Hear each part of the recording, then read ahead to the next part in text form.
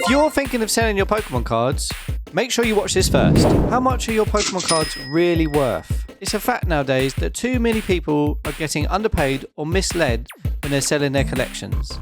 Today, I'm going to show you how to value your cards properly, avoid being ripped off, and where to get the best price for your cards. Now, if you watched a recent video of mine where I did a beginner's guide to collecting Pokemon, I went through quite a few different things, and some of them I'm just going to mention here again. So when you're selling your cards, there's a few things you need to look out for. You need to look out for basically the condition of your cards. If they're in bad, like really well played condition, they're going to be worth less. If you have cards that are in mint condition, they're going to be worth more. As well as that, you're going to be looking at the rarity of the cards. So are they just common cards? Are they uncommons? Are they hollows? Have you got reverse hollows? Or are you looking at illustration rares, special illustration rares, gold cards, etc, etc. You really need to know what sets you've got as well. Different sets are worth different prices. Typically the more modern sets, well, I say this, that typically the more modern sets are cheaper in price, but actually that's not the case. Some of the newer, more modern cards can be worth a lot of money still. Some of the SRs in the newer sets are worth a ton of money, and then if you go back a little bit, they might be worth a little bit less. But generally, like, modern sets do hold value as well. But when you can find some real money is if you've got those vintage sets in good condition. And then you're looking at what kind of Pokemon you've got. Have you got legendary Pokemon? Pikachu, Charizard are always two really big hitters when it comes to prices. Mew is another one. There's a few out there that are more sought after. Collectors are looking for. Umbreon is a huge one. If you've got the Moonbreon card, or now the Sunbreon card from Prismatic Evolutions, they're worth a ton of money. Typically evolutions in general are worth a lot. And you're looking at the supply and demand. How many cards are there on the market? Are you looking at a more recent modern set that has been printed way more, so there's more cards on the market?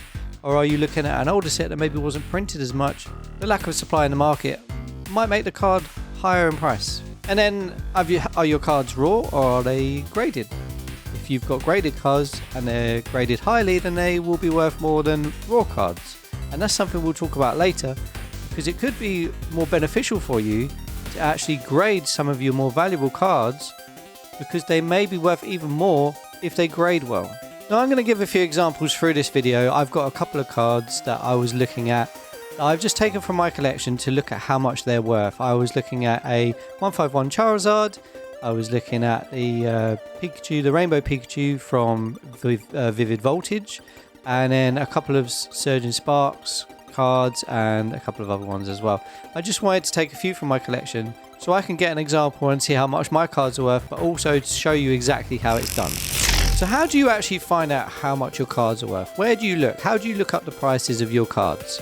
Well, it's simple. Most people do it in the same way. If you go to card events and people are looking up prices, most of them are doing it in a similar way. The first one you're going to want to look at is eBay. Now, eBay is a really good one because you can see sold listings.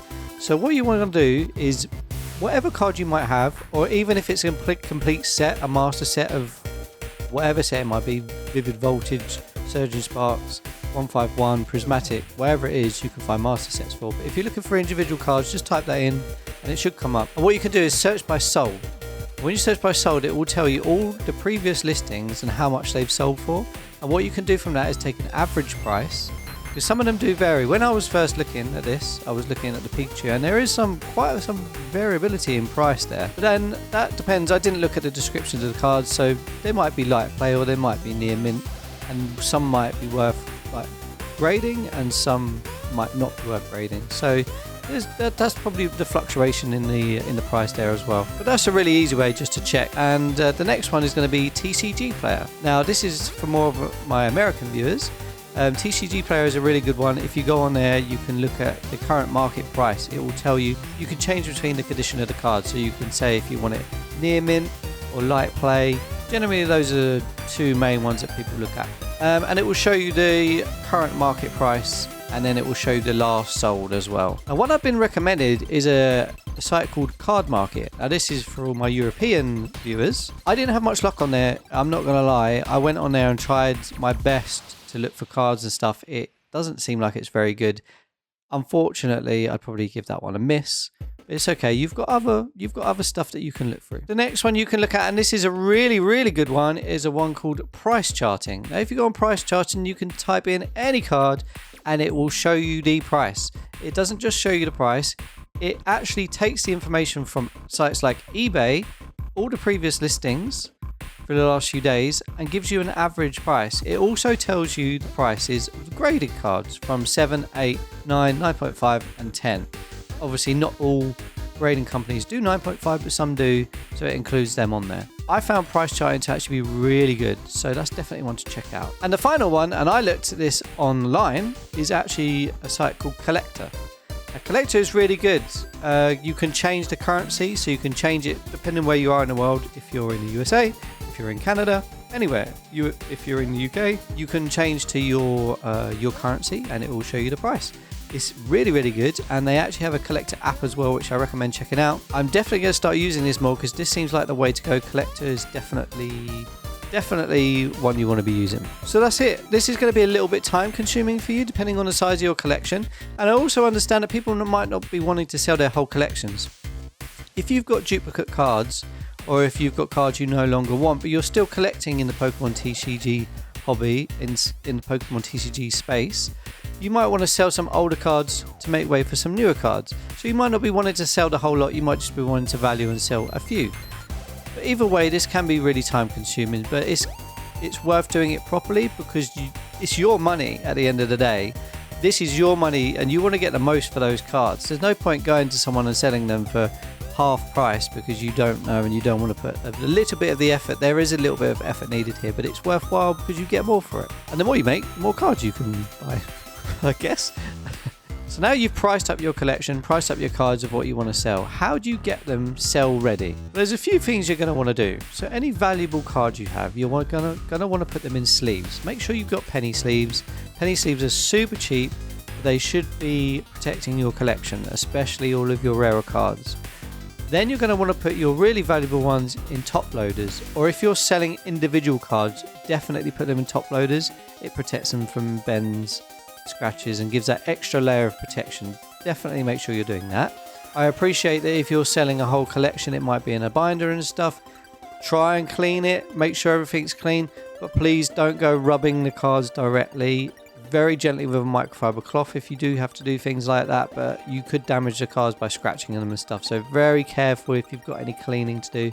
I appreciate if you're watching this because you've just found an old collection in an attic or something and you no longer want it and it's just something from the past that you want to sell. It might be dusty, etc., but just be careful because you don't want to damage anything. Once you've done that, you're going to want to have a box or some kind of sealed packaging, bubble wrap, etc., something to stop the cars moving around in transit if you're doing it that way. Of course, you might not be selling via postage, you might be selling in person, you might be selling to a local card store, or you might be selling at a vendor at an event. In those cases, they're a bit easier to do because you could just take the cards with you, normally just in penny sleeves or whatever, or in a binder, and you can exchange them there. If you are sending high value cards in the post, please make sure you have insurance, or please make sure it's tracked. You don't want to lose a very, very valuable parcel in the post and then have no way to get your money back. That would be the worst. So just be careful of that. It's important as well to be really honest about the condition of your cards. There's no point lying about it. If you've got played cards that have got a lot of damage, there's no point putting them as near mint or new, because at the end of the day, someone's going to be unsatisfied and that's going to come back to you. If you've sold them in a condition and you've lied about it, it's not a good look. If you've got a lot of low value or like common, uncommon, reverse holos, they are still desirable for people collecting whole sets or trying to collect master sets, but they're going to be harder to sell individually. It might be better for you to group these up into groups and sell them as bundles. And once you've done all this, you need to know where to sell your collection. Well, the fact is you're going to go back to the start again. eBay is higher effort, but higher reward. Again, remember, you want the most for your money. This is your money. This is your collection. You don't want to walk away with half the amount of money that you should do because you don't want to make a little bit of this effort to make sure it's perfect, to make sure you're getting the most. Take your time to list things on eBay. You've done your research. You know what the cards are worth. Start them a little bit lower so people can bid them up, but make sure there's definitely a reserve price on there if you know that there is some value there. Maybe put a buy now price for a little bit higher. It's up to you, but Once you know the value, just make sure you're listing them correctly. You can also turn to local Facebook groups or Facebook Marketplace or even Reddit. Again, once you know what your cards are worth, you can pretty much list them anywhere that's available, but just hold your ground and know what you're selling and just do things right. And remember, if you're selling online, if you're selling directly and you're selling through these auction sites and stuff, you're going to get the most for that because you're selling directly to the consumer. You can sell to local game stores or local card stores, but you're going to have to be aware of what they're going to sell and buy for. The fact is, most game stores don't buy for the price that you can sell them for on eBay. They're not going to sell at market price. A lot of game stores might even only buy for 50% cash, up to 60-70% cash, but no more than that, because they have to make a profit from what you've given them. So they're buying from you and then they're selling on. So there has to be a profit in there. It can be good if you want to offload a collection quickly, because they will take a collection from you if you're like, I need this money today, go into store and they'll give it to you. But again, a little bit more effort of taking the time to sell them somewhere like eBay than that will reward you with more money. If you are looking to trade in, because they do, a lot of these local card stores do trade in, they often offer more trade-in value than they do cash value. So if they offer you 50% cash value, they might offer you 60-70% trade-in value, which means you could put that money instead to something else in the store. If you're not getting rid of your collection, if you're just trying to update it or go for the newer stuff and get rid of some older stuff you no longer want, then this could be a good route, but you're still losing out on a little bit of money. This also applies if you're at an event, if you're at a card show. Those vendors, again, will offer you maybe 70% cash, 80% trade-in. It's not the worst, and if you want to make that trade, you can do it, especially if they're people you know, or if you're going there because maybe you've been watching them on YouTube, or you know about them, you've known about them for a long time and you trust them and you just want to support them. It is nice to support your local card stores and your vendors as well, otherwise they'll all go out of business and the hobby, and they're a big part of the hobby. But bear in mind, you are going to get less by going to these places. Now obviously, if you're watching this, you're interested in selling your collection. You're curious about what you can get for your collection. And I'm going to try and tell you now how to get a little bit more out of your collection. So the fact is, if you've got some high value cards, and I mean some cards with some real value, you're talking 30, 40, 50 pound or more raw, dollars or more raw, then that card has some initial value and it might be worth grading them. Graded cards can go for 10 times more what they do raw. So if you've got a card that's £50 raw, it might be worth checking, because if it's a 10, it might be worth £250 or even more as a graded 10. My most trusted grading company is Ace. I think they're the best, and they are UK based. They charge anywhere between £10 and £30. I think it is 10 and 30 or 10 and 25 pounds for grading a card. Now, if grading is going to cost you £10 and your card is worth £50, that's only £60 in total. If the card then comes back on 9 or a 10 and it's worth £200, you're adding way more value to the card. So you might want to choose that option. Again, it will take more time, so it really depends how much effort you want to put in and how much time you have, if you need a quick sale or if you don't. But it can be worth you actually looking at grading these cards, because you can get more for your money. Only consider grading if the condition of your cards is mint or near mint. And guys, it really is that simple. It can be overwhelming, especially if you're someone that's just found a collection or an old collection and you have no idea of the value of these cards. But just go to the sites that I've mentioned, take your time and sift through everything, and you can value your collection. It might take a little while, but it's worth it. Don't get overwhelmed. It's not overwhelming. You could do it. And then you could sell on any of the sites that we've mentioned as well, and just be safe. Just do things through legit channels and you'll be fine. Take your time. Don't rush into any deals that you're unsure of. If someone's approaching you through DMs and you're not sure about it, then just walk away. Just make sure you take your time and you're happy with what you're doing. If it sounds too good to be true, it probably is. So just ask in the community. Ask me. You can approach me if you want. You can ask anyone in loads of Reddit forums or anywhere. And actually, I'm just opening up a Discord server. So if you're really interested in that and you want to be involved in a Pokemon community, then please join my Discord, because I'd love to have you there and we can discuss the values. And I've even got a little trading group in there. Maybe you could trade cards in there. Who knows? Please do drop a comment if you need help valuing a card. I'm happy to help you out. And I just want to say thank you so much to everyone that's subscribed recently. We're on our way to 1,000 subscribers. Please help me get there. Help this community keep growing. I know it can be big, and I just believe in it so much. And I just want to say thank you to everyone that's already subscribed.